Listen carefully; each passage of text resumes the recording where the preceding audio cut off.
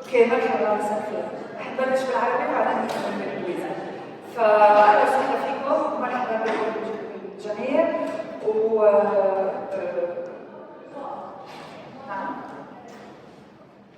أول شيء بدي أقدم التهاني لاحتفالية فلسطين للأدب بالفست لاستمرارها ولإصرارها. الاحتفالية مثل ما فيكم بتعرفوا بدأت بال 2008 وتستمر يعني بوتيرة عالية. فمثلا اليوم في عندنا 5 فعاليات للبالفست في فلسطين، ولكن بحب أنا أنوه إنه دخل بالفست في مرحلة ثانية مغايرة ونحن في صددها الآن، والتي هي تركز على بناء العلاقة بين احتلال واستعمار فلسطين من جهة وبين الأنظمة المتسارعة للسيطرة والقمع في العالم.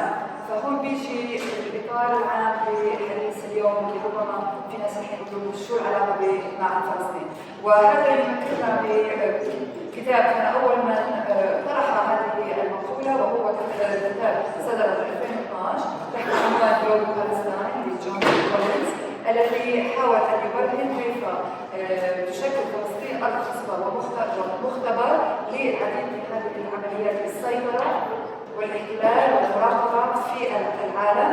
وبالمناسبة كان المعرض الأول للمتحف جيروسالم ليفز تحيا القدس كان مبني كذلك على هذه الفكرة. وهنا يأتي إذن موضوع الجلسة أو محطة مهرجان اليوم في ضيافة المتحف الفلسطيني تحت عنوان مشاهد طبيعية استعمارية معاصرة للعنف. ونحن طبعا كمتحف الفلسطيني محاطون بعدة توطنات، فنشهد بموقعنا على هذا المشهد الطبيعي الاستعماري المعاصر، ولكن آمل أن نشكل كذلك جزيرة للفكر والاعتبار للممارسات الخلاقة المقاومة. السؤال الذي يطرح نفسه اليوم في هذه الجلسة تحديدا، ما هي العلاقة بين فلسطين من جهة وبين الحرب على باكستان بالمشنة بالطائرات بدون طيار وبعمارة المدن الفرنسية لمواجهة ومنع الثورات في الجزائر وتقاليد الصمود والمقاومة للسكان الأصليين في الولايات المتحدة. أكيد العلاقة واضحة. أنا حبيت فقط أن أنوه على بعض الأعمال طبعا المعروضة في معرضنا الفني الجديد اقتراب الآفاق التي لها علاقة بهذه المحاور، ولكن خاصة من منظور استعمال البصيرة والرؤية الواضحة وإزالة الحواجز البصرية للتمكن من السيطرة وبسط الرؤية الكاشفة على المجموعات التي يراد استعمارها أو احتلالها. لدينا عدة أمثلة يعني ما بدي أستفيد فيها، مثلا في استعمال الدمار للرؤية مثلا في عمل طيارتنا للفنان شمال، أو النظر كوسيلة للتحكم من خلال كاميرات المراقبة في عمل جلسة صوصور مبنى الأمة في أول المعرض.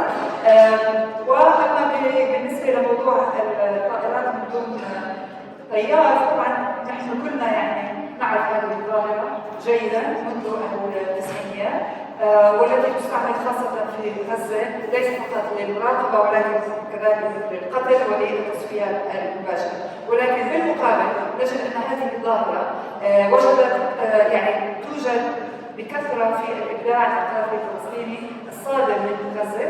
فمثلا توجد مجموعة قصصية مشهورة للكاتب عادلة بعنوان The Drone Eats With Me، زنان بتاكل معي. في عندنا طبعا فيديو للفنان باسل المقوسي عن تشويش الطائرات الزنانة على المشهد الإلكتروني أو الذبذبات الإلكترونية داخل البيت، وأعمال أخرى ما في وقت الآن لذكرها. ولكن بحيث أن تصبح الطائرة من دون طيار رافقة أو قريبا للحياة اليومية لكل فلسطيني، ويتمكن المحتل المراقبة بكل أمان على الفلسطيني. لذا أرى أن هذا المعرض هو عبارة عن رد النظر كفعل مقاوم ضد النظرة الكاشفة الاستعمارية من خلال رد النظر وإعادة تملك المشهد الطبيعي وربما يعني أفضل مثال لذلك هو عمل الفنانة جمان عبود الذي يخلق لغة بصرية جديدة لإعادة تملك المشهد الطبيعي الفلسطيني، وآمل أن تتمكنوا من مشاهدته. قبل البدء أود الترحاب بالشاعرة فيكتوريا أدوكوي بولي. هي شاعرة كاتبة وسينمائية مقيمة في بريطانيا، وقرأت أو قرأ شعرها في BBC ونشر في عدة مجلات، وكتابها الأول أو ديوان الشعر الأول اسمه الفتاة بيرد بي، فلتتفضل مشكورة.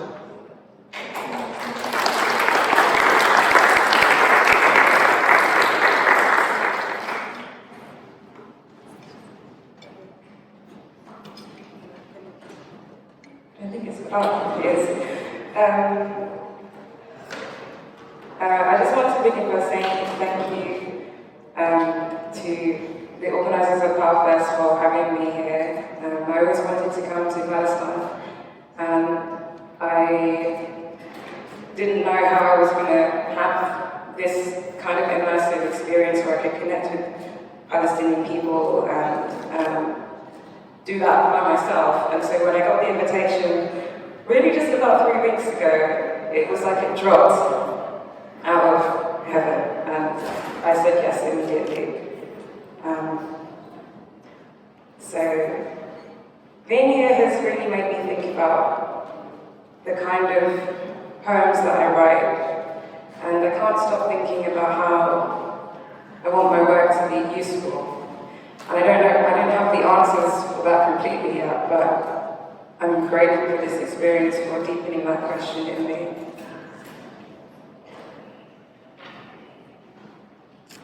I'm going to start with a poem which I think relates to the theme of the panel, which is, if I'm remembering, is colonial landscapes. And I want to talk about something that happened in the UK, not last year, the year before, where we had a tower block which caught fire, and the fire spread from the outside, or from the inside of a room that was lower, in the lower half of the building, spread out of the building, around the building, and engulfed the whole structure, because the materials that the building was constructed of were highly flammable. And there's something interesting about the way that the residents were housed, in the sense that the first 4 floors comprised mostly of wealthier residents who demographically were mainly non-immigrants, mainly white British, and then if you move past the first 4 floors, it was a very immigrant population, Somali people. A girl I went to university with knew somebody there. A lot of Arabic-speaking communities and a lot of undocumented people. And so when on the news they say that I think 81 people died, we already understand that that's not possibly accurate, because we don't know how many people were in each apartment.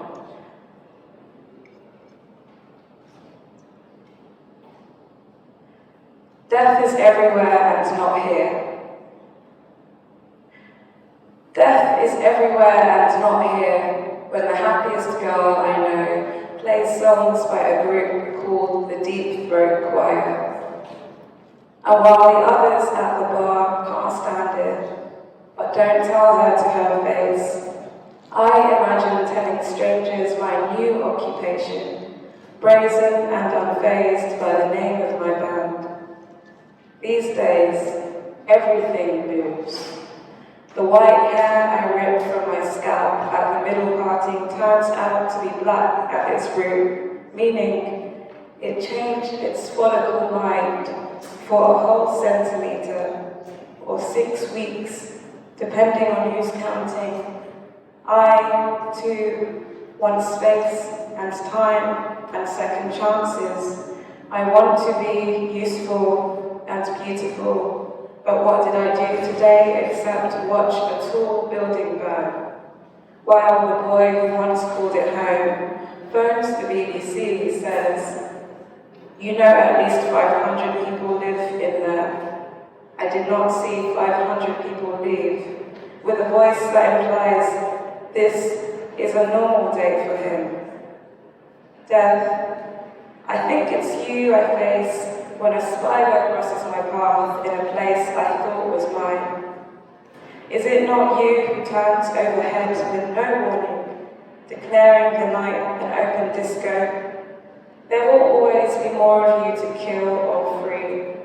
There will not always be mothers with brooms, fathers with cups and glasses. There will not always even be empty glasses. There will not always even be anyone. Only there will be you, death, and the silence and the shade as the audience traps breath to ask, is this it? Will the music play now?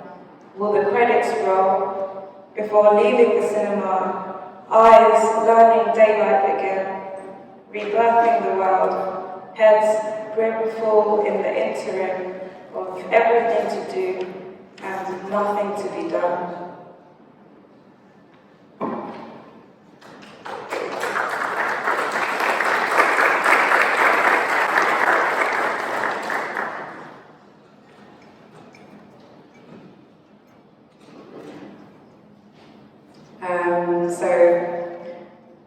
I'm from London and I live sort of just on the edge of London. And I live in the same house I've lived in my whole life, apart from going to university. And I live essentially in the house that I was not born in, but brought home from the hospital to. Also because London bred, so if you're in your 20s, this is life.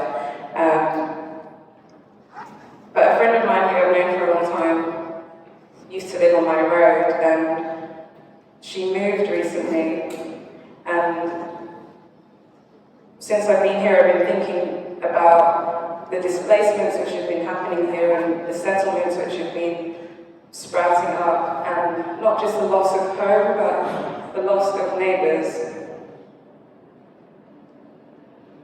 So this is called Stephanie. I walked past your home today on the way to mine. I thought I might stop by again, and we could talk a little or too long, until late preferably, until my phone rings. Somebody was in your porch, calling to someone else inside who was maybe your mother, your sister, your other one, or even yourself. And I thought about stopping by, only it wasn't your mother's car in the drive, no, and it wasn't your house anymore. We used to walk to the park at night time in the next town. I used to tell you to leave your job. What is a friend but someone to sit with on the swings in the darkness?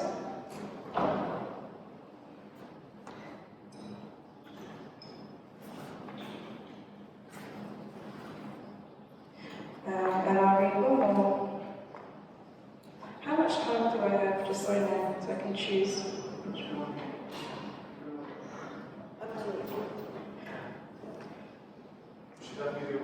This one, okay. I'll do the London one.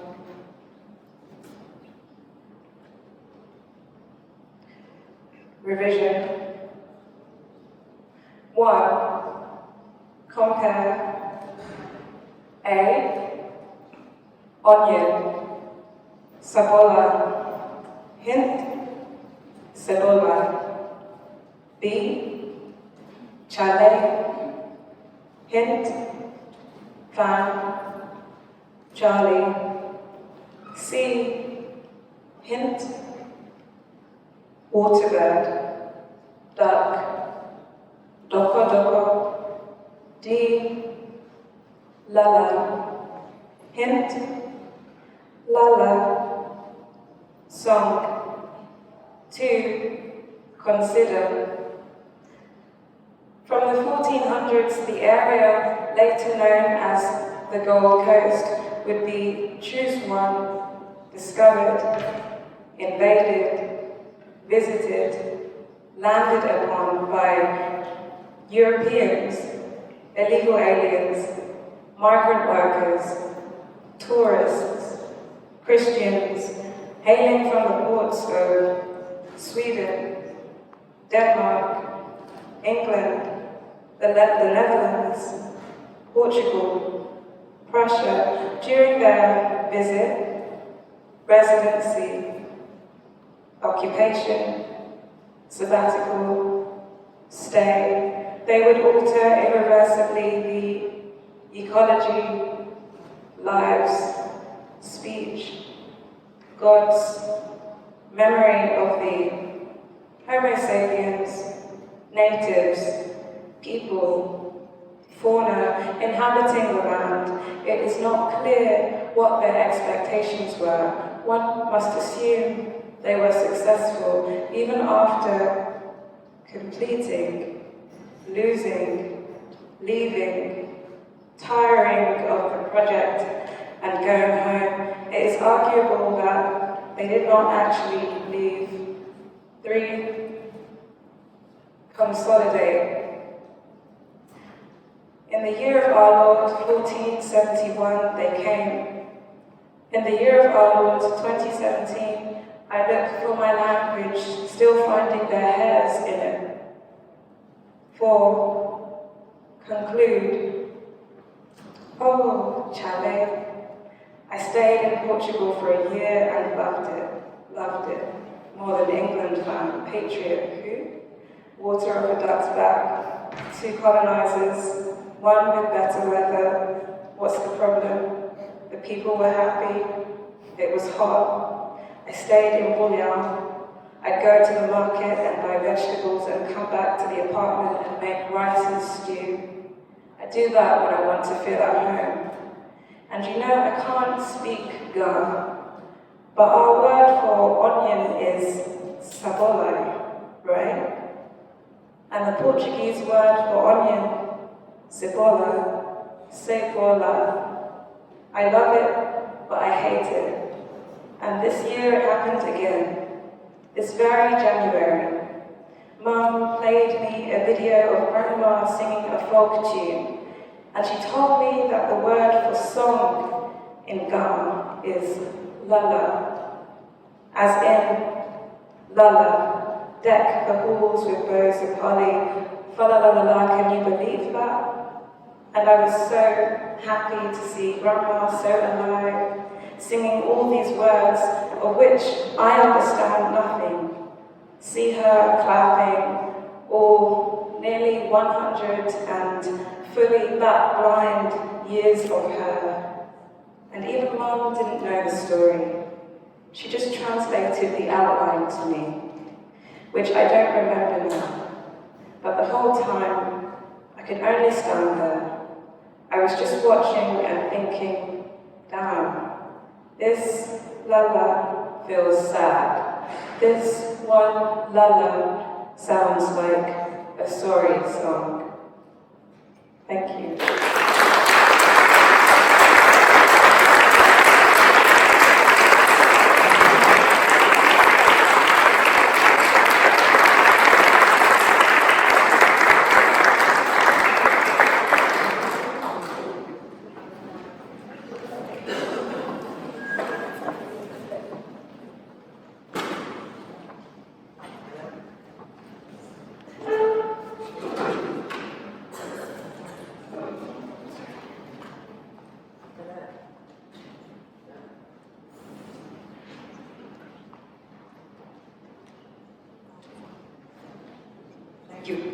Thank you very much, Victoria. And thank you very much, Adila.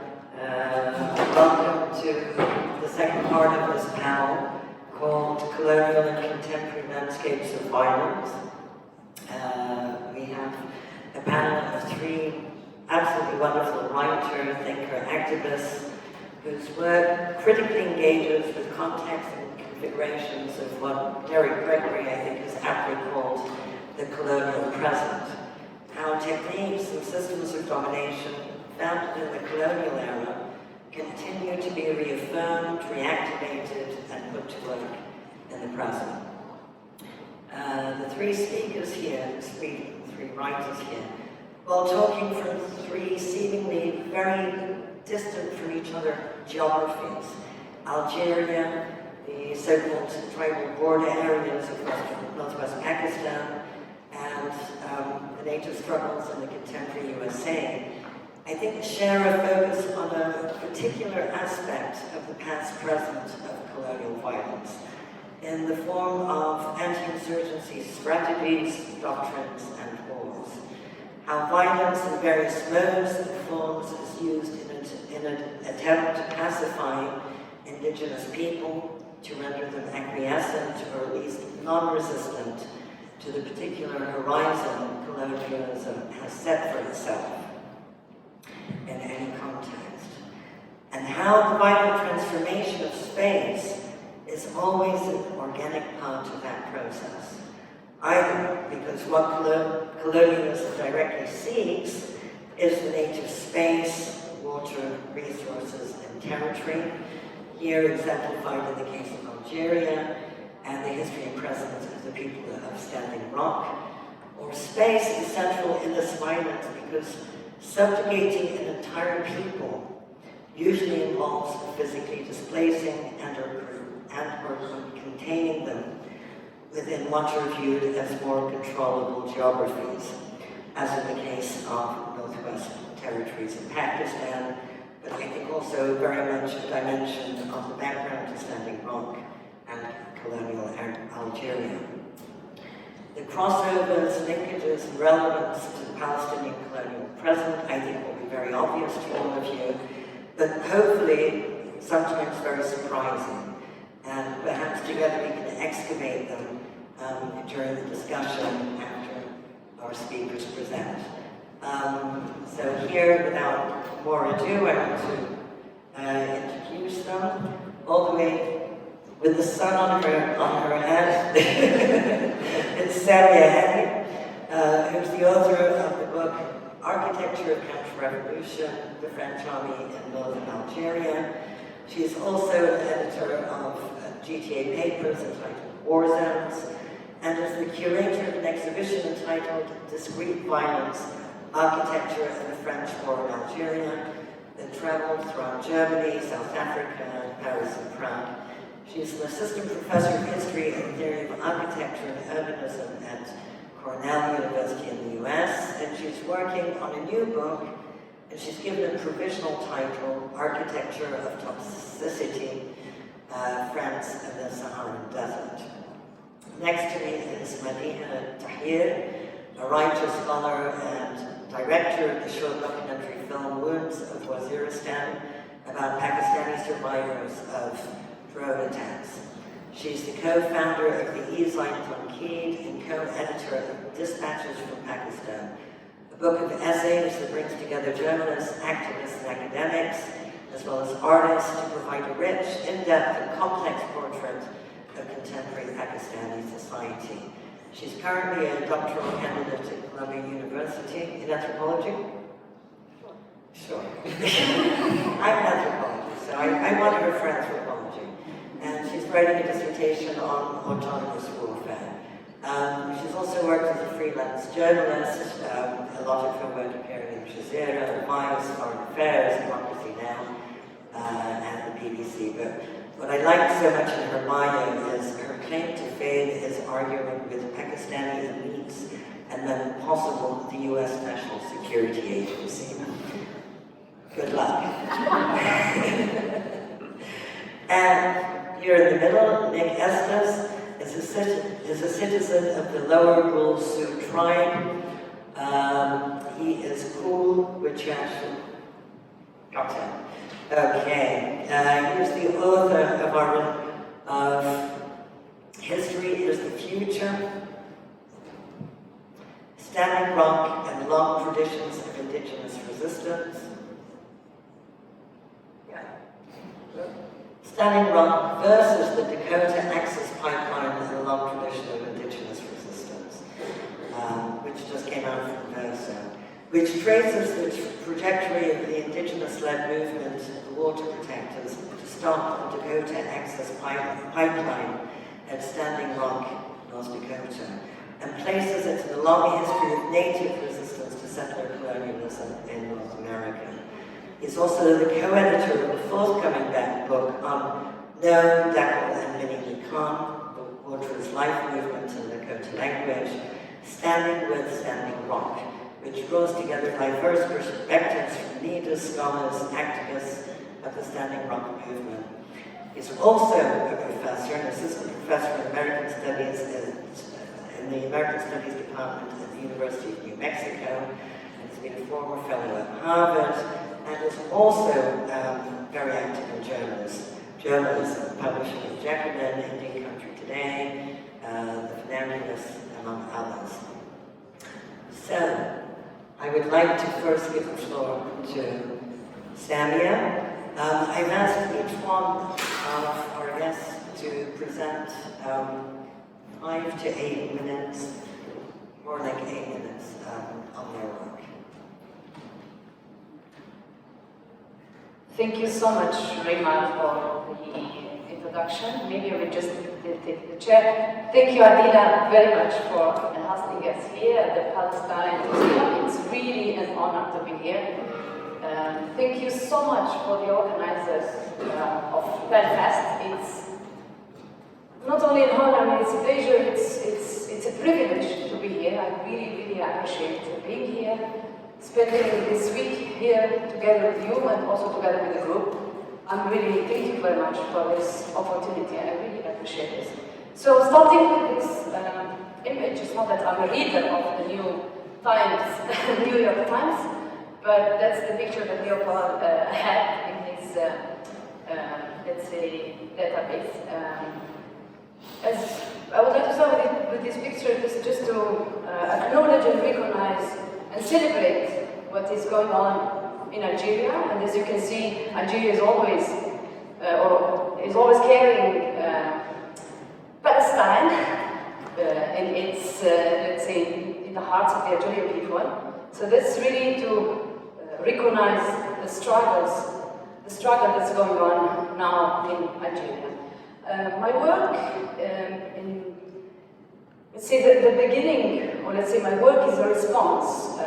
And what I would like to do now is to introduce very quickly the context of the book, Untitled Chapter, Revolution, the French Army in Algeria, and give you one example of the work that I'm trying to do. So in 2005, in February 2005, the French Fifth Republic under the presidency of Jacques Chirac decreed a law, the law number 205/128, on the, I quote, the recognition of the nation and national contributions of repatriated French. Article 4, as you can read right here, says, school programs recognize in particular the positive role, I repeat, the positive role of the French presence overseas, notably in North Africa, and concede to history and the sacrifices of the combatants of the French army in this territory the eminent position to which they have a right. So with Article 4, the French authorities dictated the contents of history lessons, brainwashed pupils studying in French schools, obligated teachers to shroud in silence a number of infamous colonial massacres, compelled teachers and pupils alike to prize French colonialism and imperialism, rejected the violence of colonialism, undermined the work of historians in their ongoing debates, offended all those who had lived or still live under a colonial regime, overlooked the accountability and responsibility of the French colonial authorities, and celebrated the crimes of the French civil and military authorities committed, including the crimes of the French paramilitary terrorist group known as the Organization of the Secret Army, who killed many people. So these are only a few of the consequences of this law, with this third positive.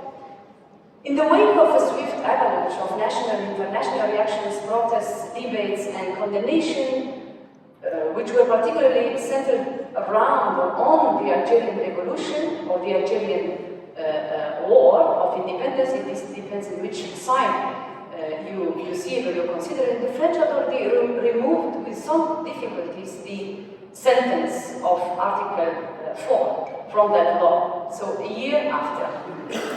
However, France's intention to eulogize colonialism existed then and still exists today. So in contrast to the imposed In contrast to the imposed amnesia of Article 4, architecture of counter-revolution, the French army of Algeria, examines a fragment of what the French authorities sought to hide. It illuminates a handful of the myriad of the non-positive, to paraphrase French legislators, the characters and effects of French colonialism, including the key role of the French army played upon the territory and people of Algeria during the Algerian Revolution. Just as a footnote, and I'm sure this audience is very familiar with this, Algeria was France's longest colonial presence in North Africa, so it began in 1830. The term revolution, as you might know, and it reflects also the fact that we don't call certain revolutions, for example, the Arab Spring. So the term revolution was used, very widely used during the Algerian Revolution, but the French designed an apparatus of counter-revolution to fight the revolution of the people. And this is very much related to the territory, as you can see here in this diagram. The war was called, the term war was not acknowledged until 1999 by the French authority. They were calling the Algerian Revolution the events of Algeria or the operation of law and the enforcement of law and order, les opérations de maintien de l'ordre. So the book engages with the built environment that were designed and constructed during this very contested war called the Algerian Question by the United Nations General Assembly, the events of Algeria in France, the colonial warfare for military historians, the dirty war for a number of French left-wing intellectuals in the 60s, modern warfare, irregular warfare, subversive warfare, psychological war, and counter-revolution for some French army, counterinsurgency operation for the US Army, and for some French army officers, it was called total warfare. As Colonel Chabois stated, the war was total because not only does it mobilize, and I'm citing here, in these efforts of all the industrial, commercial, and agricultural powers of the country, but it also takes up in the war effort all women and children and elderly people, all who think, all who live, and who breathe, with all their forces of love, all their forces of enthusiasm, all their forces of hate, and it throws them into war. This is the new reality. Total war, because it takes the souls as well as the bodies and it yields them to the obedience of the war effort. So I tried really to understand and to trace the relationship between fascism, colonialism, and militarism. And I give you here one example only, very, very quickly. Is the example of what the French called les centres de regroupement, regrouping centers. This is again still a taboo in both in France and Algeria, and that's why I organized that exhibition that is struggling in order to really spread the message that these camps were not centers as the French army called them. So the history of, let's start with this, which is the war started in 1954 and ended in 1962. So this is one example. These centers, as the French army called them, the centres regrouping centers, were created in the areas where the revolution started. So what the French army did, they evacuated, they declared certain areas, they declared them or they designated them as forbidden zones, and they evacuated millions of Algerians from those zones to specific spaces called regrouping centers, and they are not regrouping centers, they are concentration camps. So they sit off the Algerian border with Morocco and Tunisia, and they created quite large areas with mined field, as you can see here.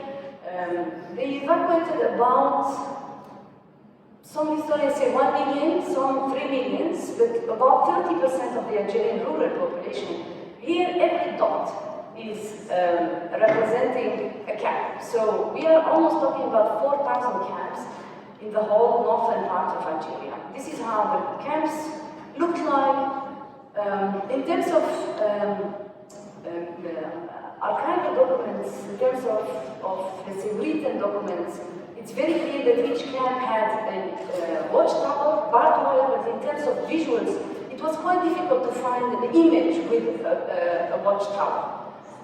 And the creation of this regroupment had a very specific, let's say, it was a very specific military strategy. Here I quote one of those officers who was the head of the SIS, this extra ordinary military unit that was appointed to create those forbidden zones and also evacuate the population. So I quote, the creation of the regroupment is the most effective means for subtracting the population from the influence of the rebels.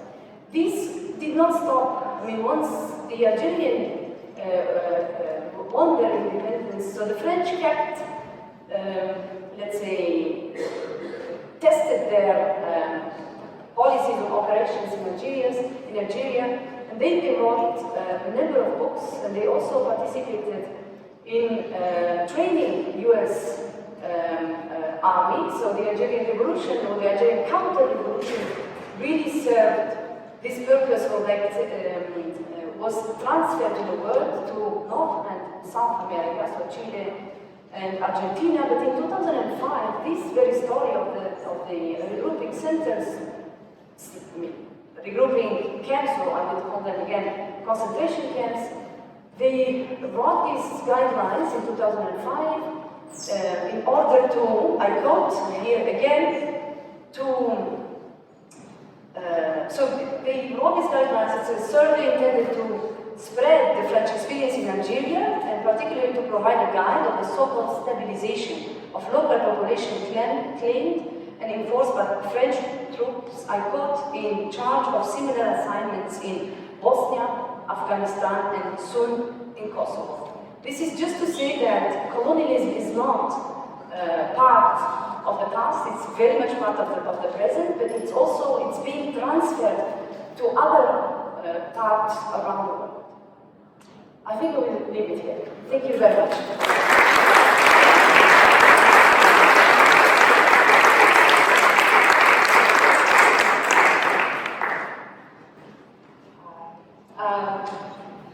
Thank you so much to Palfest for inviting me here. I'm really very happy to be here. I've wanted to come here for a long time, with a variety of reasons I wasn't able to.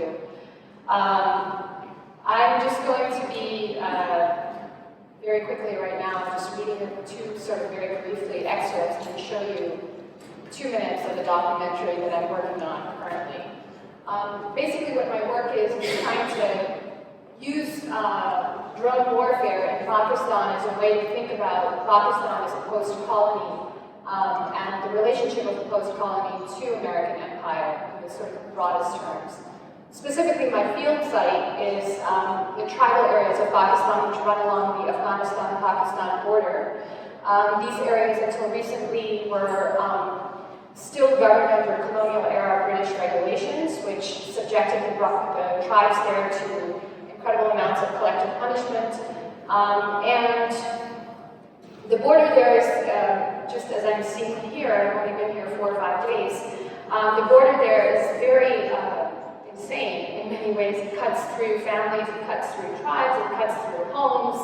And people who live in this region don't necessarily always recognize the border, even as Afghanistan and Pakistan and the US are increasingly attempting to try and make that border a reality by making it more and more difficult for people to travel across. So the first excerpt I'm going to read actually is from a longer essay in which the person that I'm talking about, his name is Mir Azad. He lived in Afghanistan, but he is Pakistani. Actually, the village is on the Afghan side, but it's a Pakistani village.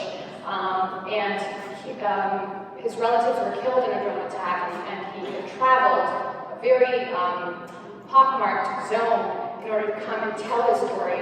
He had come to the capital of Pakistan, Islamabad. And I actually did initially interview him as a journalist, but the story was deemed too uninteresting by journalism editors, and we can talk about the politics of journalism during the discussion later on, but I'll just read this right now. The village he's coming from is called Lar. Leaving Lar, therefore, is not simple.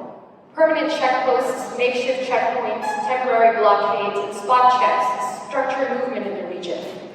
Since the start of the operations, the security forces have been setting up a registration process at the checkposts in Waziristan, which is in the tribal areas. At the first checkpoint, a Waziri tribesman crosses on his journey. The officials draw up a list of all the people, pets, cattle, and key items that are accompanying him. And he presents that record at each subsequent checkpoint. Mirzad crossed the border at the Angur Adda checkpost, where he was issued a torn slip of notebook paper, no bigger than a thumb, with a registration number on it that probably correlates to whatever has been recorded. He was told that for the rest of his journey, this was his shinakh, his identity. Show it all the way to Islamabad, the Pakistani soldier told him. Everything is speaking and talking and witnessing and testifying these days, it seems, except the people whose family members and neighbors have been blown to bits in this war. For some reason, for some years, you couldn't even get them into the newspapers. They would come to Islamabad, and for the most part, the journalists would treat them with a kind of crude suspicion that suggested they would even fact-check the potential interviewees' height and weight if they could. They came from villages and regions and nooks we had never heard of, and we cultivated our ignorance into a profound and brutal doubt. The story Mirzad came to tell is this. In July 2015, American drones bombed and killed two of his cousins, Gul Rahman Khan and Muhammad Khandan. After the Pakistani military operation, Zarb-e-Azb began in the tribal areas in 2014. Thousands of Waziris fled in all directions. Business people, farmers, militants, students, including to the Pakistani villages in Burma, where Mirzad is from. And there the drones followed. The Pakistani military operation and the American surgical operation. Carpet bombing and precision strikes. Coordinated maybe, intentionally or not, they work together to redraw the lines of movement. New containment zones, a shockwave that could start with Pakistani ground troops in North Waziristan and end with an American drone bombing a car in Burma. Mirzad's story began with apricots. He said to me that there was a doctor in his village. His name was Rahman. He said, you know, our apricots, in our region, there is an extensive season for apricots and apples. We sell them by the thousands. So the doctor said that the apricots at his home had come in beautifully. They had ripened beautifully. And the doctor asked him to come over and have some. His cousins went. The doctor has one son. They met with the cousins and took the apricots from the garden. Mirzad said, when I saw the car later on, there were so many apricots. They were burnt, but the pits were lying there under Gul Rahman and Muhammad Khandan's feet. When we saw it, we said, oh, look, they took the apricots, but they never got to eat them.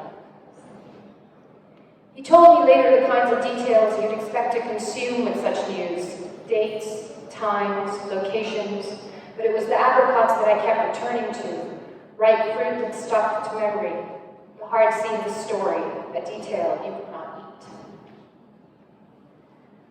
The second excerpt that I wanted to read to you is just notes, actually. There's now a resistance movement that's happening in Pakistan that began last year, and it's led by people a young war generation that's grown up entirely under the war on terror and has been displaced from the tribal areas, and it's tribal ethnic Pashtuns. So I'm just going to read you some notes that I wrote down when I was in Pakistan filming with the movement for the first time. And it's led by a guy named, a young man named Manzoor Pashtun. And the other thing you should know for this is that the movement, because they have been displaced from the tribal areas, there's very little internet in the tribal areas, but because they have been displaced, there's been a very fast uptake of digital technologies, which has also meant that they take on hashtags and other things from other movements. So the Intifada is the word that they use quite often. Black Lives Matter is a hashtag that they have also adopted. So, okay. We are waiting for Manzoor Pashtun's aide to call. He is a young 20-something boy with a mane of dark hair and a slightly haughty profile. He likes to don black sunglasses and sit next to Manzoor, a silent bodyguard. We are waiting for him to call now so we can go meet with Manzoor. I tell my friend Saad that the meeting is likely to be last minute.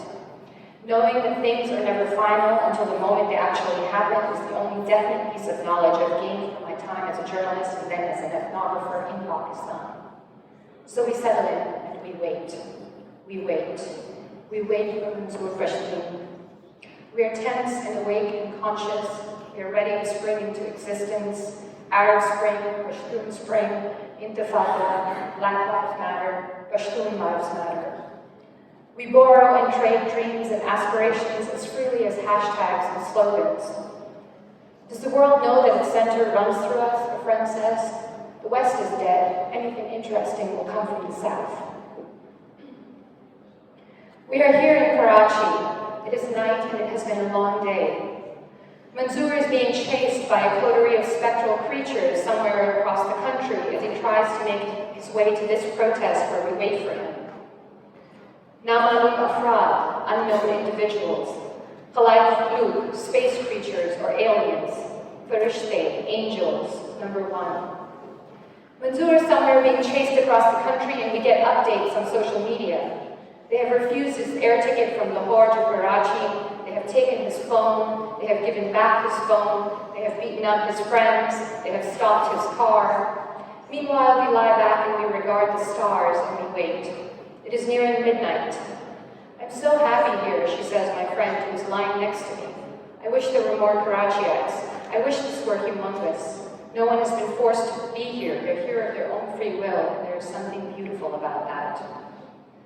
We grow and grow and grow to 20,000 when we sit in the darkness and we listen to the songs of the movement blaring from the speakers. My friend talks about how inspiring it is to have thousands screaming with you. This thing called terrorism, uniform is behind it. You begin to feel as though you are paranoid because there's nothing around you, no one who shares your view. Am I the crazy one or are they? Where is the insane asylum? Ali is somewhere nearby. He is one of the people tasked as a PTM organizer to keep the crowd in line, and he is nodding off on his friend's shoulder. This is in the midst of his school exams. Some years ago, he survived a drone attack that killed members of his family. Then he lost an uncle when the uniform killed him, disfigured him, and dumped the body by the side of the road. He has no evidence that it was the uniform. I have no evidence that it was the uniform, other than the repetition of the same story across the tribal areas. I choose to believe those who recovered the body. I choose to believe those who had to carry that rotting corpse and plan its hasty burial. I choose to believe. So I'm just going to show you 2 minutes of the documentary that I'm working on. This is just to research real footage, but the sound may be a little off. But this is what I was filming.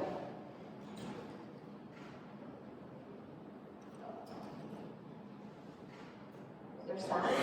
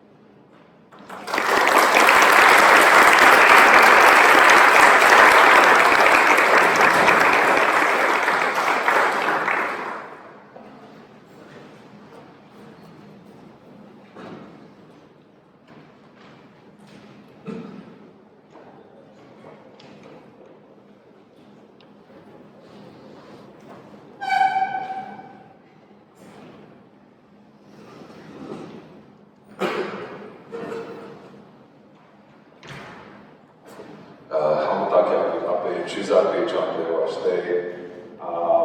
필라메오타 Palfest, Sharif, Madi, Omar, Jehan, and Ma. Filame Mobila Tanka na Palestine, Oyate, Palestine, Makoche, Palestine, Hobe. My name is Nick Estes, and I'm just going to read from my book. I think there was a brief introduction about what it was about, so I'm just going to jump right in. In the aftermath of the October 27th, 2016 raid on the 1851 treaty camp, blockading the Dakota Access Pipeline, a rancid smell permeated the camps. Police and private security had heaped the camp's remnants, ceremonial items such as eagle feathers, pipes, medicine bundles, and staffs, along with mangled tents, sleeping bags, clothing, and teepees, into a large pile near the entrance of Ochete-Shakoi camp, which was the largest of two camps. Cops and private security had urinated on the items before returning them. One night after it was decided to ceremonially burn the urine-soaked remnants, an Ihongtoan elder gathered young water protectors around the fire. She was dressed in the regalia she wore the day of the raid, hundreds of copper pennies hung by red ribbons from her dark blue drapecloth dress.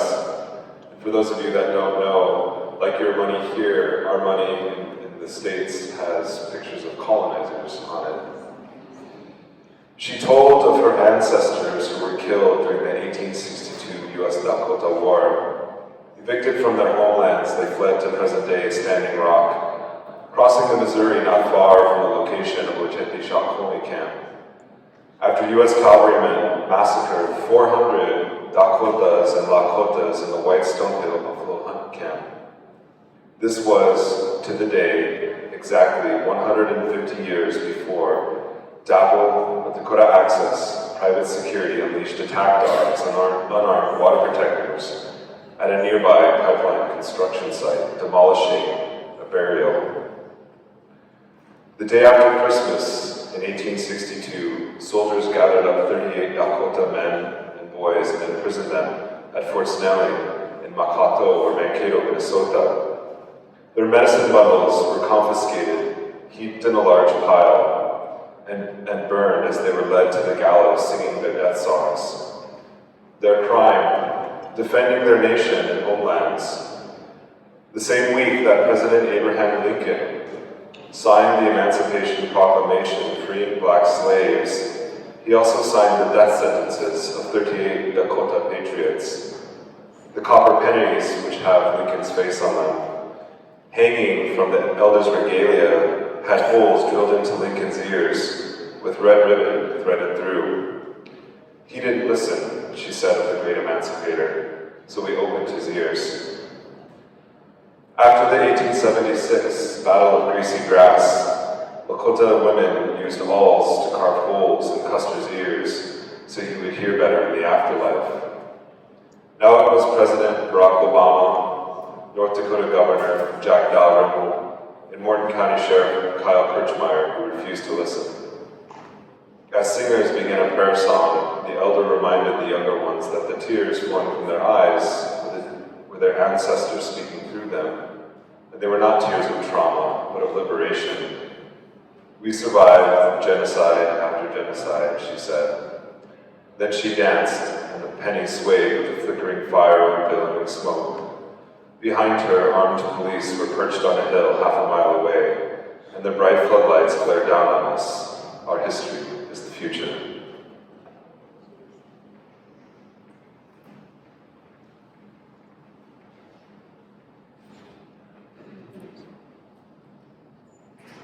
This is a picture of a march of ex-military veterans that served in the U.S. military that came, many of them were indigenous, that came at the request of the Standing Rock Sioux tribe and other indigenous nations to face off with the police at Standing Rock, and it was the first time the police actually stood down when they met an army of ex-soldiers who had renounced their loyalty to the United States government and had announced their loyalty to the Lakota and Dakota and Nakota people.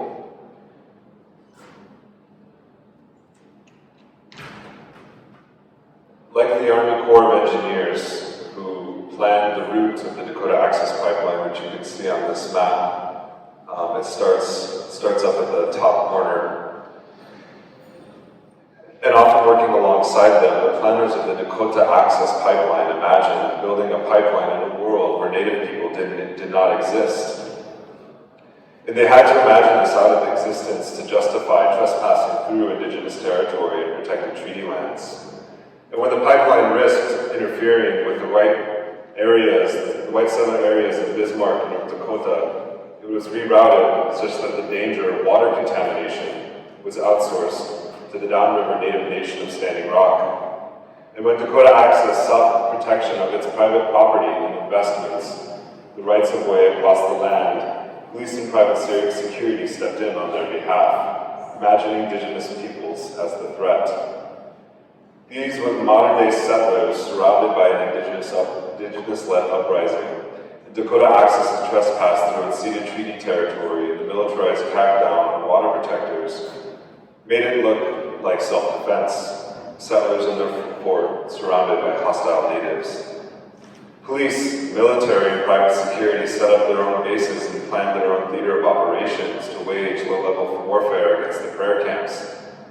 In emails published by the Muckrock Watchdog website, Toby Schweitzer, a helicopter contractor from Bakken Western, a quick response oil spill and environmental cleanup company operating out of Mandan, North Dakota, sent an email on September 14, 2016, with the subject line, quote, Israeli crowd control method, to North Dakota probation officers working the No Doubt protests. Quote, YouTube crowd control. Have a great day. Schweitzer wrote to the police officers. In the email sent prior to the major police attacks and raids that would later make national headline news, he suggested that the cops policing pipeline protests invest in skunk spray, an Israeli chemical weapon invented to degrade and humiliate Palestinians by dousing them in a nauseating putrid biomedical odor that takes days to remove. Forget the wall, he wrote, just put sprayers all along the southern border with sensors. Might have saved lots of storefronts in Baltimore and Ferguson.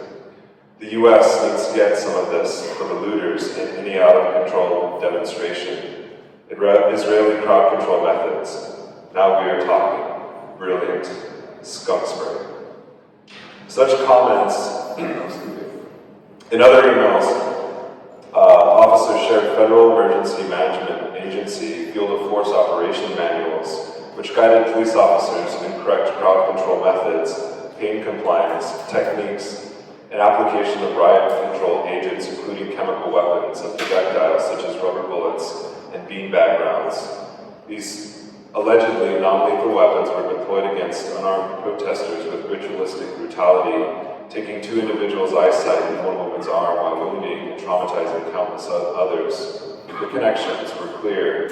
Local law enforcement and private securities imagined themselves participating in a global counterinsurgency against civilian populations that extended from Palestine to Baltimore, Ferguson, the US-Mexico border, and now Standing Rock. The war was against Black life, Palestinian life, migrant life, and Native life.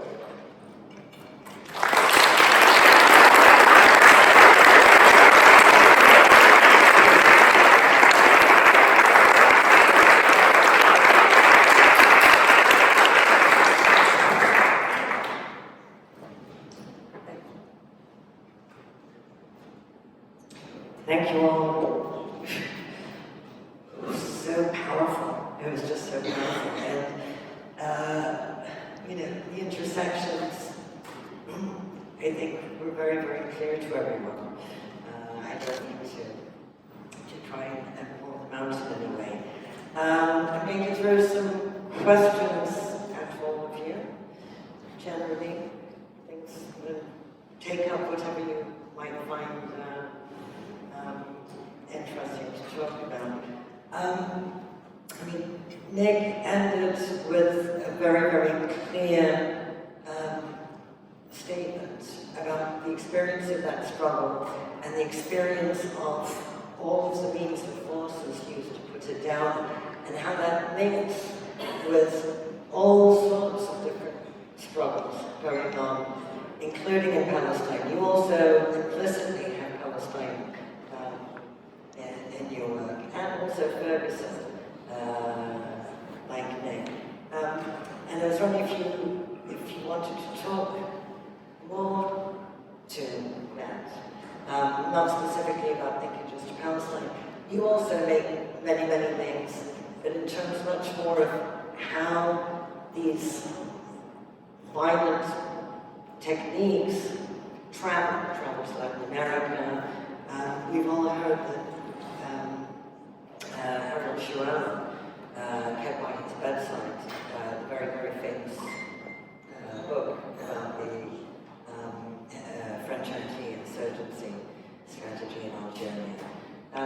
If you want to dive into those linkages more, anyone? Okay, I can throw other.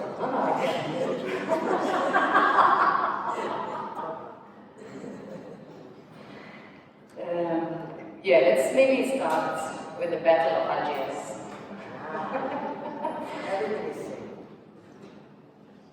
It was when I was interrogated at the border here to enter. We came from Amman, so through the bridge.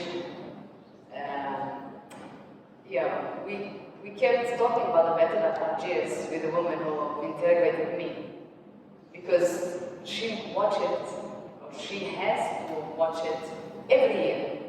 So it's really, we talked also about the cinematographic aspects of the Battle of Algiers. So it is a film that was screened in 2003 with the invasion of Iraq, and it's very often that there is this interest in the US and other places around the world. But what is, I think, very interesting is that while the Battle of Algiers was taking place in 1957, the French army were invited to Argentina, Buenos Aires, and they had a Inter-American, it was called an Inter-American Conference. So they were being trained, or they were discussing about what was going on at the time, and this was top secret. So these things, I think, are very important, because what the army, in general, many armies do, is that they test some operations, and then they theorize them. And once they theorize them, they export them to many other armies. I mean, their alliances, of course, around the world. So there is really this transfer of knowledge. And what I think is also very important is that what was happening in Algeria during the Algerian Revolution, it was also somehow linked to the 19th century techniques of colonization. For example, the SAS, what I mentioned, these camps were created by a specific military unit called Section Administrative Spécialisée, Specialized Administrative Sections. And you see, even in the language, they completely sanitized. So there is no reference to military, there is no reference to many things as settlements here. I think they are colonies, and we should call them Israeli colonies instead of settlements. So those SIS were related to two other offices or bureaus, as they call them. One was created in Algeria by Bugeaud in the 19th century. They were called the Bureau Arab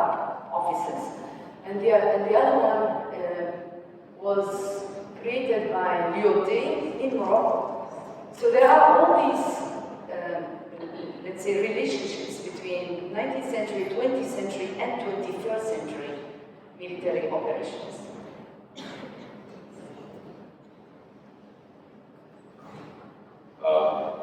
First of all, I just want to say that oftentimes there's this word thrown around in the academy and movement spaces called intersectionality, which I think is misused and abused sometimes, but it's often used to apply it to movements, and I think we have to actually apply it to empire because empire is intersectional, as I just tried to demonstrate in this passage. For example, in the 90s, Bill Clinton passed a law called the Emergency Management Assistance Compact, which allows state governments to solicit support from other law enforcement jurisdictions from around the nation. That includes federal law enforcement jurisdictions, such as Border Patrol, Homeland Security, etc. Now under the U.S., the Patriot Act, the so-called U.S. War on Terror. And the last time it was used prior to Standing Rock was in Baltimore, when the Maryland governor actually declared a state of emergency and solicited the aid of several different law enforcement to crush a black-led uprising against the police killing of Freddie Gray. And so then the next time it was used by a state was in Standing Rock, and so it was actually used to prevent, like in times of natural disaster like flooding, hurricanes, etc. But its most utilized use is during uprising. And so it allows for that. And so it's kind of a suspension of the law, and they're allowed to kind of mobilize not only the police but also the military against civilian populations. And the other connection, and you and I were talking about this earlier, a Pakistani lawyer actually came to the United States and went to one of my book talks and asked me this question. He'd been doing research about the extradition of suspected Pakistani quote-unquote terrorists, and the U.S. was extraditing these Pakistani citizens and then trying them under federal law and domestic courts, and they were using as precedent U.S. Indian law, which declared us not necessarily citizens, but not entirely not citizens as well, so that they could apply this law. We were considered enemy combatants that were stateless and nationless, that had their rights forever suspended. And it's actually the same legal precedent that they used in Guantanamo. The JOC-EU actually cited the Modoc War, and the excessive or the suspension of law and rights or human rights to indigenous people was then extended to so-called suspected Arab quote-unquote terrorists. Yeah, I mean, I think just going off from what you said, I think that's absolutely right, that empire is intersectional. I don't know if that's the right term or not, but in any case, I think that's absolutely correct. And the Pakistani military, for instance, uses this, the Pakistani state uses this. What they've done now is establish really broad anti-terrorism laws under which anybody who is a dissenter or is suspected of being a dissenter is immediately targeted as a traitor to the state, right? So they're trying to say that you are disloyal to the state, but at the same time, the Pakistani military gets millions and millions and millions of dollars from the American government. It's effectively an arm of the American empire in Pakistan. It is what it is today because of the long history of the relationship between the Pakistani military and intelligence apparatus and the United States. So, you know, this question of borders is always, they're instantiated at certain moments. And I think one of the things that has happened is that there's an earlier moment, I think we were talking about this, that there was an earlier moment of transnational solidarity that kind of died out and was taken over by, at least in Pakistan, by NGOs. And NGOs have a very particular language, it's a very limiting language. And so today you have people who think in Pakistan now, you have youngsters who don't want to talk about Kashmir, who don't want to talk about Palestine, and that is anathema even to my generation, and certainly to my parents' generation.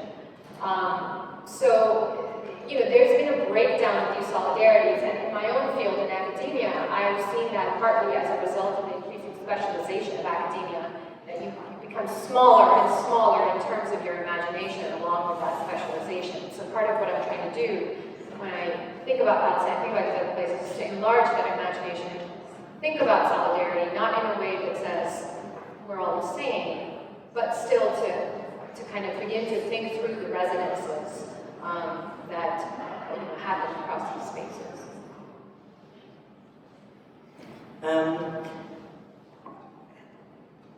Looking here after reading all of you as much as I could, there was a very, very clear connection between your two spaces, let's call them, in terms of this kind of framing of space and culture. So culture and preservation of the indigenous culture becomes this kind of main mechanism in which you basically sort of contain and exclude, or maybe even make things invisible. I don't know if either of you would like to talk to that. It's very different from what the super ambitious French in Algeria thought they were just going to change the culture, which of course they can get very far, but anyway.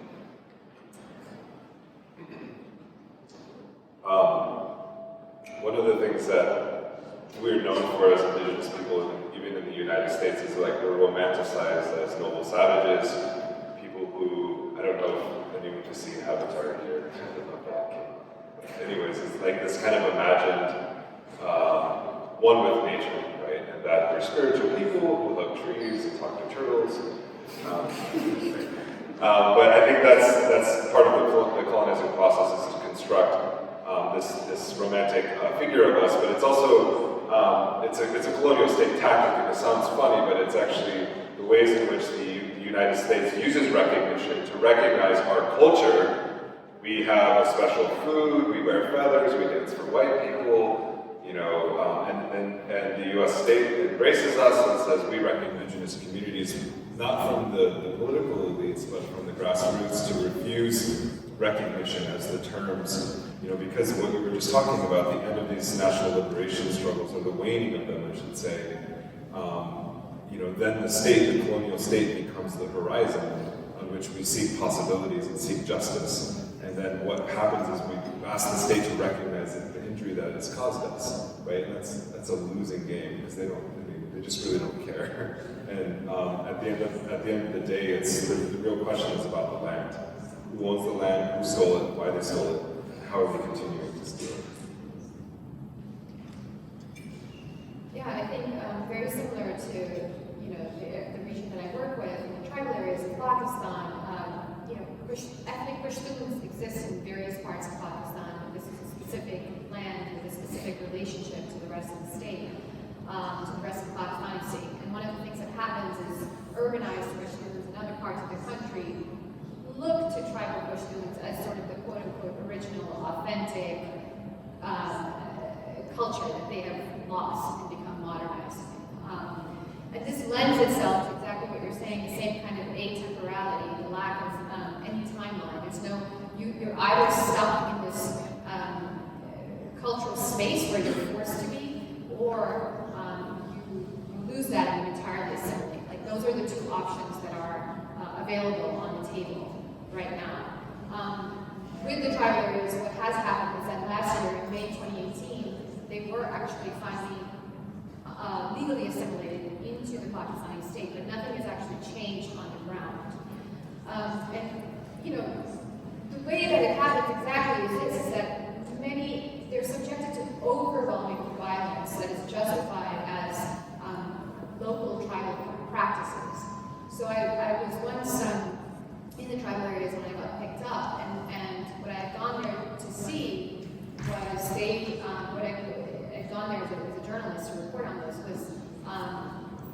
a home demolition that was going to happen. They often demolish homes of people who are even suspected of being terrorists or suspected of having committed a crime. That home often belongs to entire families of quite large families. So many people are made homeless very, very quickly. And so I'd gone to report on this home demolition that was going to happen, and I got there and I spoke to the political agent, the federally appointed government agent who oversaw this particular region, this agency. And he said, well, we're not doing anything. It's the tribes. It's their custom to do this. And in fact, we used to use, TNT, like bombs to sort of blast the homes. We don't do that anymore because it used to upset the population. So I said, okay, thanks. And then I went off to the home demolition to the site to talk to the families.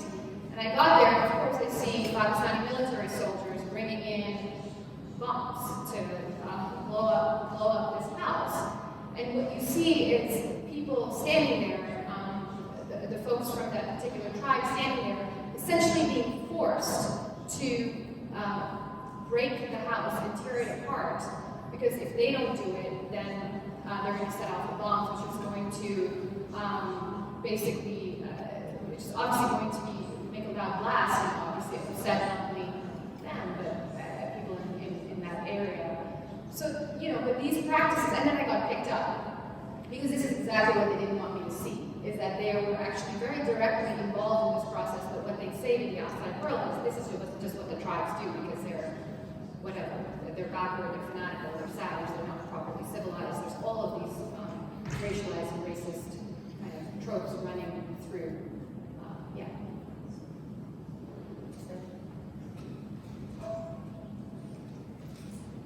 Yeah, in the case of the French, they assigned themselves, so they thought they were on a mission. It was called civilizing mission. But then in reality, they exploited, of course, the natural resources, oil and gas, they exploited agriculture, labor, a number of, that's what colonialism is also about. Maybe I can talk about one anecdote just to try to unpack this question of culture, let's say, between brackets. When I wrote the book, it was copied and then proofread by two different people. One was British and one was from the US. And they used the term Algerian. I never used the terms that the French used. They used terms like indigène. In French is indigène, indigenous. They used this term from the very beginning of colonialism, so from 1830 until the Second World War, and there was a code of indigena, and then after the Second World War, they used Muslims from Algeria. So there were French Muslims from Algeria, but also in this term indigenous, before the Second World War, they also used French subject and subject. But the citizenship was an issue. So for me, it was very clear I'm not indigenous, and no one in our people don't call themselves indigenous. So this term Algerian was very problematic for those copy editors, for the copy editor and the proofreader. So I had to really explain almost. And now it's almost the same. The book is being translated into French. And the translator, the first thing that I told him, like, don't change the terms. If it's Algerian, keep Algerian. Don't. There is a reason why it is Algerian. So this is just to say that the words have very, and we are in a Palfest list of literature, so I think we all agree that words have their power and authority as well. So just to come back to the question, with the architecture that they launched during the Algerian Revolution, De Gaulle launched a national socio-economic plan called the Plan de Constantine, Constantine Plan, because it was declared in Constantine. And he used the term development, so it's a development plan. And it was very similar to the reconstruction plans that were launched after the Second World War in France, and those plans were called modernization plan. So, and I think what's also very specific about the 50s and the 60s is that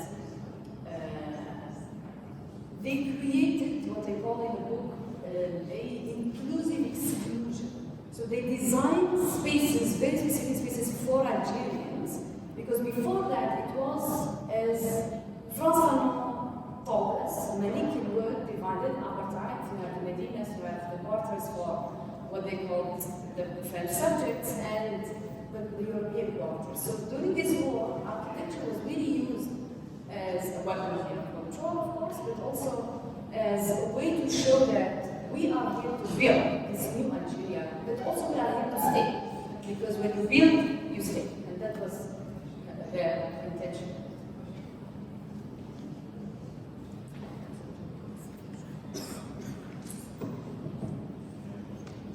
I'll do one more question and then I'm going to do questions from the audience. Again, it's not really a question, it's more sort of a comment. Another thing that was really, really clear in all of your work, and also in 3 cases, is the issue of visibility and invisibility, right? How long durays of colonial violence are invisible, right? People, probably contemporary media in America was dealing with Standing Rock as sort of an issue of yesterday, yeah? Because you just all of that history. The France case, 2005, and they're saying teach French children the positives of the French colonial domination of Algeria. So, you know, I mean, that's more than invisibility, right? That's suppression. That's the state actively suppressing a certain kind of.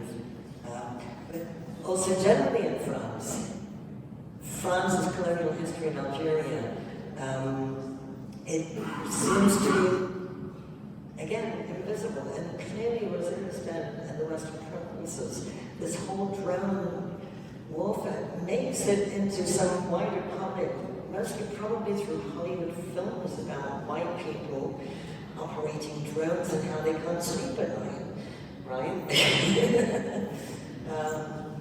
So, you know, if you want to talk to the issue, and also in terms of resistance, I mean, resistance and the importance of it being visible, or the difficulty of it, or maybe sometimes it's better for the resistances not to be visible because they get taken up as another kind of weapon against them.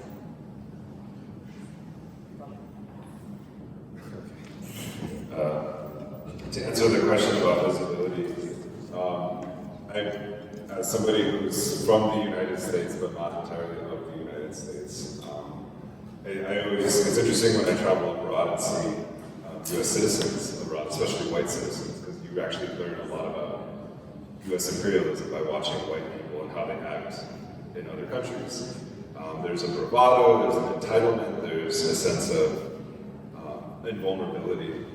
But even myself as being somebody from that space, seeing that, it's, you know, I recognize the privilege that I do have in living in the United States and having more freedom in other countries than I have in my own, which is fascinating. Because these settlers that travel abroad are free in other countries that are being colonized, but then are even more free in the land that they stole from us.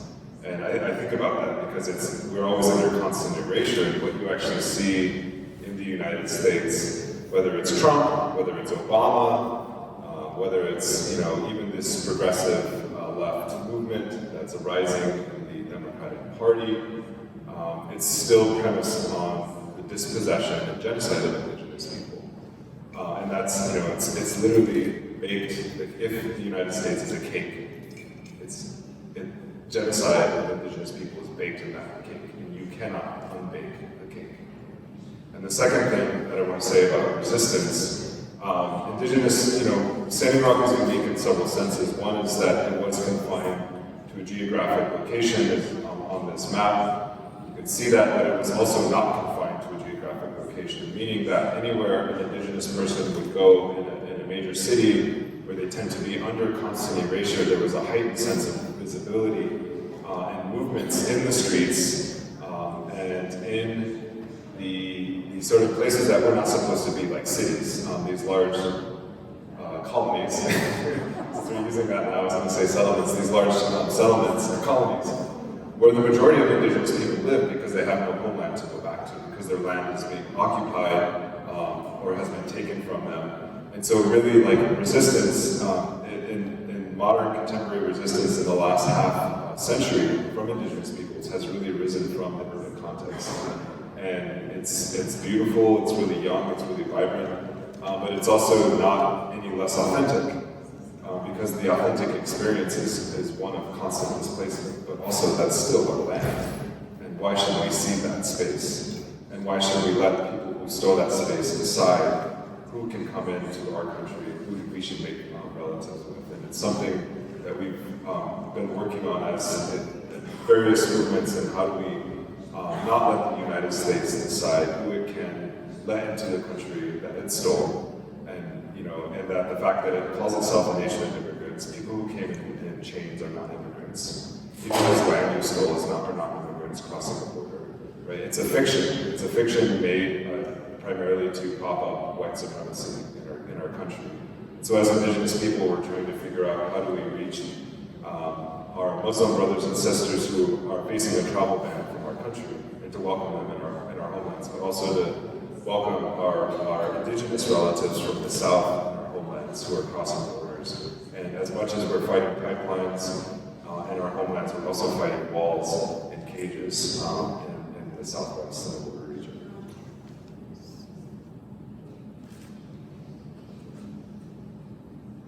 Yeah, question of visibility and visibility. Maybe I start with, again, the battle of Algiers, because it is a pharmacon. It's a poison and a cure. It is used by both, or it was launched by the US Army, but also the Black Panthers. It is for the insurgent and the counter-insurgent. So for me, it was very clear. I don't want to write a book that is going to be used against insurgent, against the revolutionaries. I want to really avoid that, that part, which was not very easy, because people ask, but where is the voice of the Algerians? What did the Algerians, how did the Algerians react? What did the Algerians say? Where are the Algerians? And I'm like, yeah, the Algerians, they were there. And it is well known that it was the American revolution, not for many years, but let's say for those years, they fought literally, economically, politically, and all that. It's not productive to say it out there, but what is very important is really to talk about the non-positive, just to really, again, go back to that law, because if it's a law, it means that it's a crime. It means that this book could not have been translated into French, because it cannot be solved. It is a crime to say that colonialism has non-positive aspects. But at the same time, histories of colonialism are being written, so it's not a permanent, it's not a static process. It is a very dynamic process. There are still many histories that have not been written, that are being written. May 1945, while Europeans were fighting their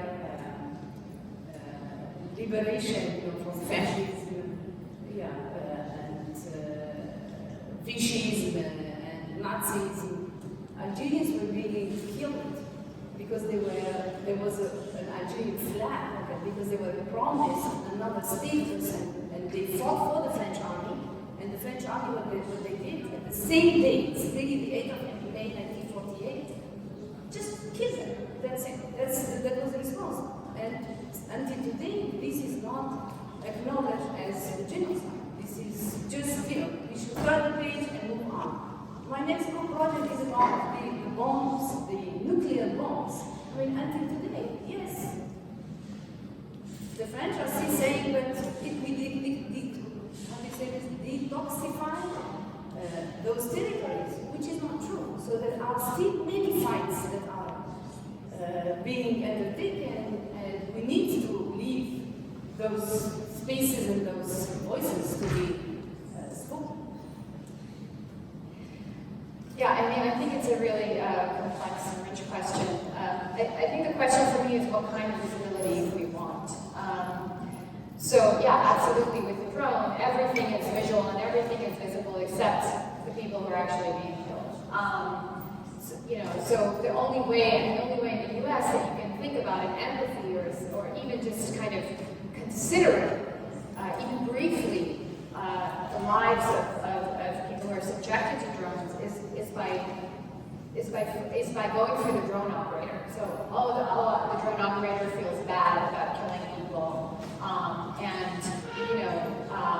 so let's think about that, about what we're subjecting our soldiers to, and then by extension, we can sort of talk about the people who are being killed. When I was in Pakistan, absolutely, as you said, the racism is on steroids there among Westerners who come to Pakistan. I went to an interview with a senior UN official who was overseeing rehabilitation efforts after the military operation that had displaced 1 million people from the tribal areas. There was a Pakistani military operation in 2014. It displaced 1 million people from the tribal areas and was the only latest one. There were several.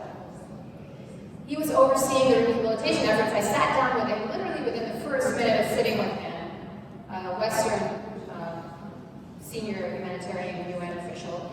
He said to me, and I quote, he said, they've been raping, they're Pashtuns, the tribal Pashtuns, they've been raping and marauding for 10,000 years. Change is going to take time. Now, he felt he could say this to me probably because he thought that I would not repeat this. Because we are meeting at an elite location. He is very used to elite Pakistanis who also sort of engage as second-class citizens, but engage nonetheless in this NGO culture. And the foreign correspondents, the NGOs, of Westerners, the American military, and the Pakistani elites, it's just one little soup in Islamabad. And they're all circulating, and they all trade in this. I mean, it's on these incredibly racist tropes. So for me, that kind of visibility, humanitarian visibility, whatever that means, I mean, these are the groups that are going to produce these data reports, right? They'll tell you how many people have been rehabilitated, this and that. And these things are important. But I think, for me, what's lovely about this movement that's happening now is that it's this film.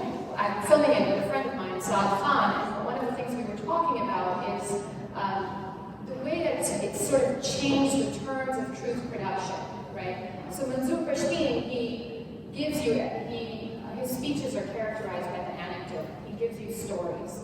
And then he says you can go and check for yourself because he will give you names, dates, locations. But the thing is, at this moment, the narrative at the heart of it is so true in some deep sense that there is no need to fact check the specificities of these stories.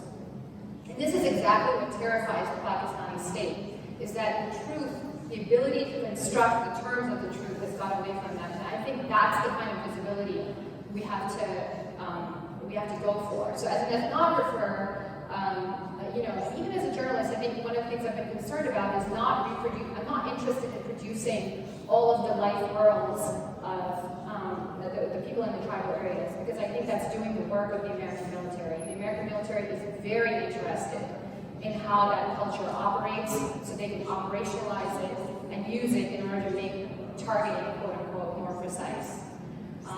So it's having to be very careful about what one says and doesn't say in order to produce politics of visibility that is on our terms. Okay, thank you. Questions from the audience? Questions, comments? Yes? I have a question. First, I would really be glad to get you all together with Palestine. My question is about the role of personal narratives. I'm sorry, you can hear me?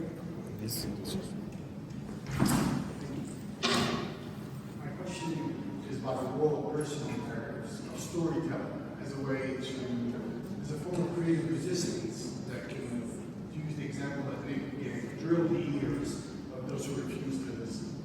And maybe if you can reflect on that in each of the struggles that you focused on, how does personal narrative work? And how effective has it been?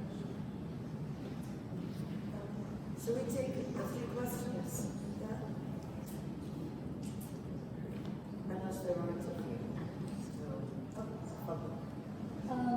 Thank you so much. Thank you so much for this very enlightening discussion.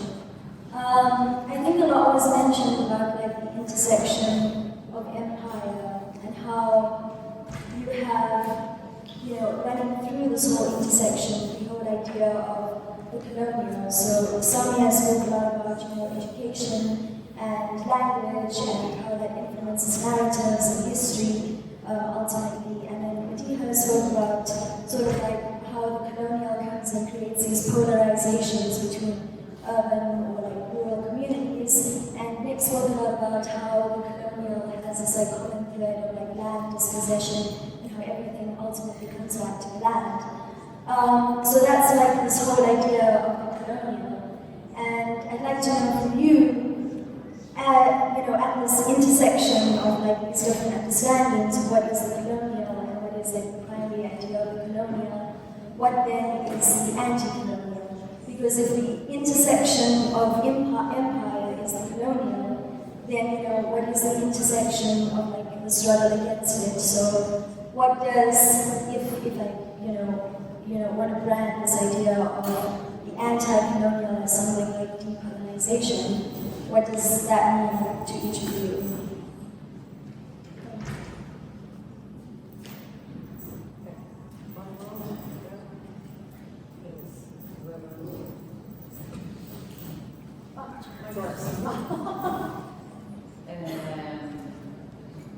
Just maybe clarification, what do you mean personal narratives? Like personal narratives or like personal? No, okay. Narrative. Narrative. Okay. Instead of the more objective, academic, analytical view of it, using those narratives to tell the story of the struggle directly from the streets, from the alleys, from the homes.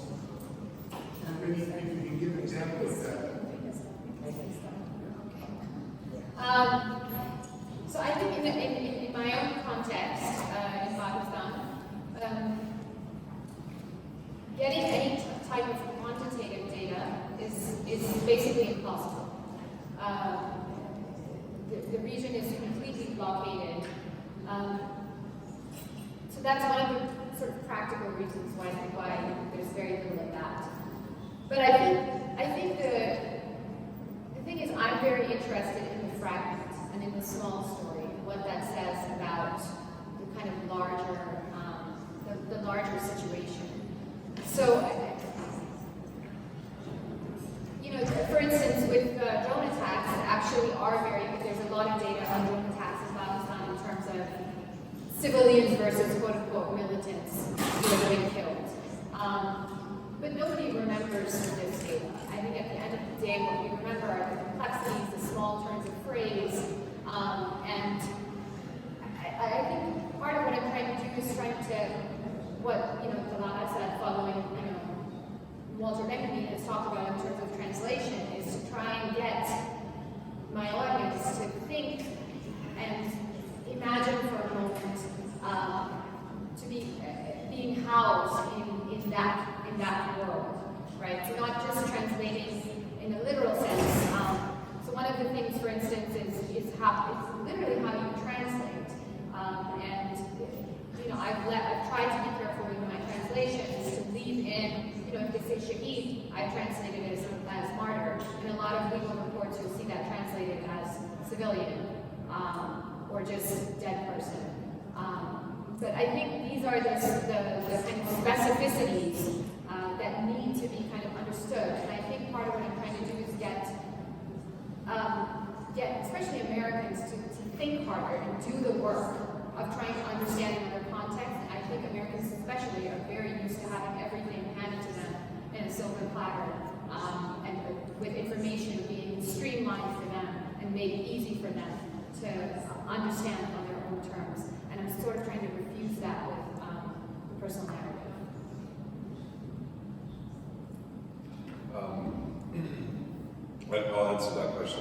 try to answer that technical one.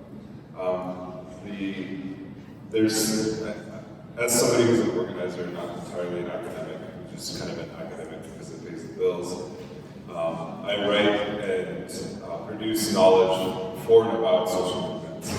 And I see my role as a researcher, I see social movements as producing valid, credible knowledge, and me just responding kind of in a dialectical way as somebody as an intellectual, not in an ivory tower, but somebody who's been kind of in these movements for a while. But there's two kinds of writing. There's capitalist writing, which produces writing for a commodity to be bought and sold. Yes, I know I'm going through a trade press, I get that. But there's another kind of writing, which we call revolutionary writing, which isn't about producing a commodity per se, but it's about producing confidence in everyday people that this world can and will change, and that it's everyday people and everyday actions that lead to extraordinary events. Like what happened at Standing Rock was everyday people just sitting around and saying, what are we going to do about this? And so they began protesting.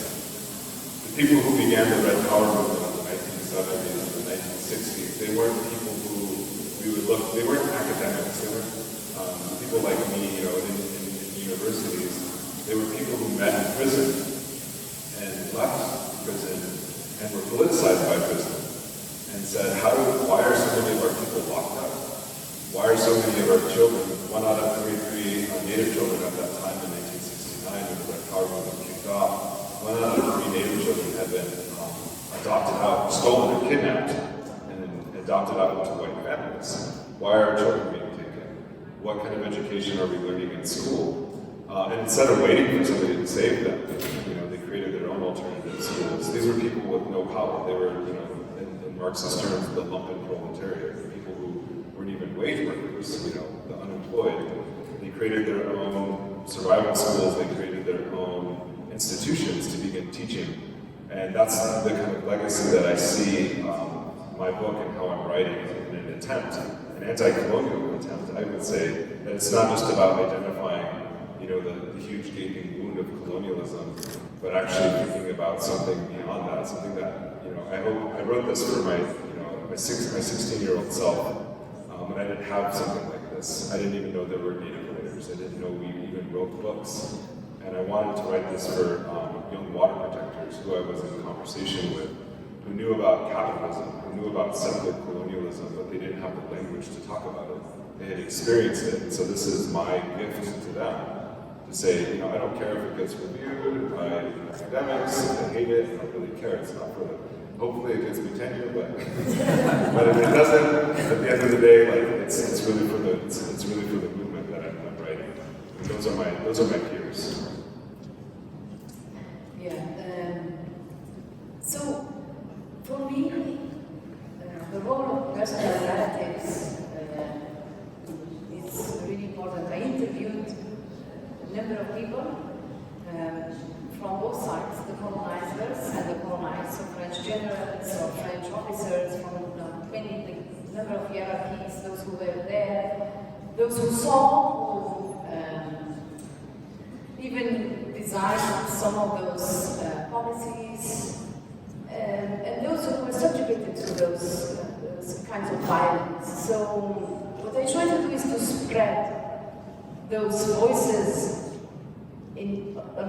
across the book, so that sometimes without saying this human being said this because of this, because also many people wanted to remain anonymous. But they really helped me to confirm my reading of the archives against the grain, because the archives, it's not oracle, of course, it's a commencement and a commandment, but it's very well orchestrated as well. Archives wants you to tell very specific kind of story, so you need those kind of personal narrative to deconstruct that kind of information. It's really crucial for me. I'm very lucky, I'm working on the 50s and 60s.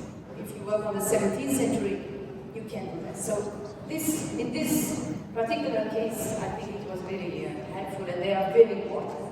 And it's also a lot about suffering and traumas and violence that also for me helped me process all that. It was a long process.